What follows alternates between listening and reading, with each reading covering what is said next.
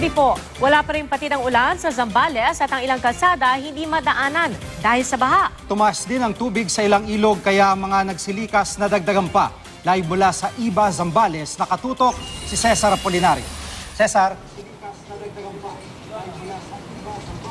Pia Gigi, tuloy-tuloy pa rin ang pag-ulan dito sa buong probinsya ng Zambales. Mula pa yan kagabi, no? Kaya marami ng bahang lugar dito sa buong probinsya. Tumaas ang tubig sa ilog dahil sa walang patid na ulan sa Zambales. Dahil nagpatuloy ang pag-ulan hanggang hapon, pati mga kalsada hindi na madaanan. Mas naperwisyo ang mga residente malapit sa ilog at iba pang daluyan ng tubig. Nakaapekto pa ang naipong tubig mula sa mga bundok at matataas na bahagi ng probinsya. 5 bayan ang binaha, kaya tumaas pa ang bilang ng mga nagsilikas. Talagang mahirap kung laging magbabaha na ganyan, kung magpapatuloy pa yung pagulan. Malakas po ang tubig dito, malakas ang ulan. Kailan po po? Kahapon pa po. Magmula nung gabi hanggang kahapon. Tigil trabaho rin ang mga mangingisda na di makapalaot dahil sa masungit na panahon. Nangangalit ang mga alon sa lakas ng hangin.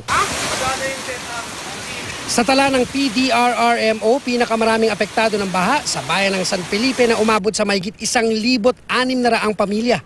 Mahigit 800 pamilya naman ang apektado sa bayan ng San Narciso.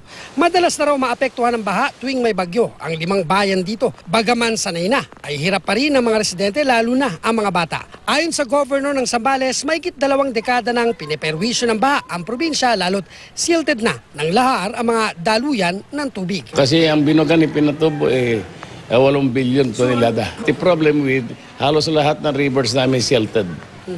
Pag silted ang river, pag tumama na sa level ng bank na mababa na 1 meter na lang, okay? Kaya nga, dadagsa na sa kabayanan.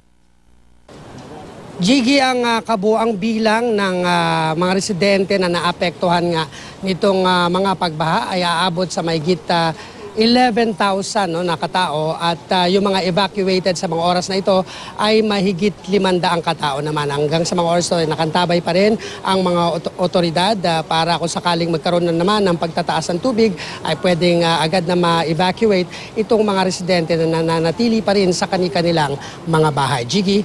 Maraming salamat, Cesar Apolinario.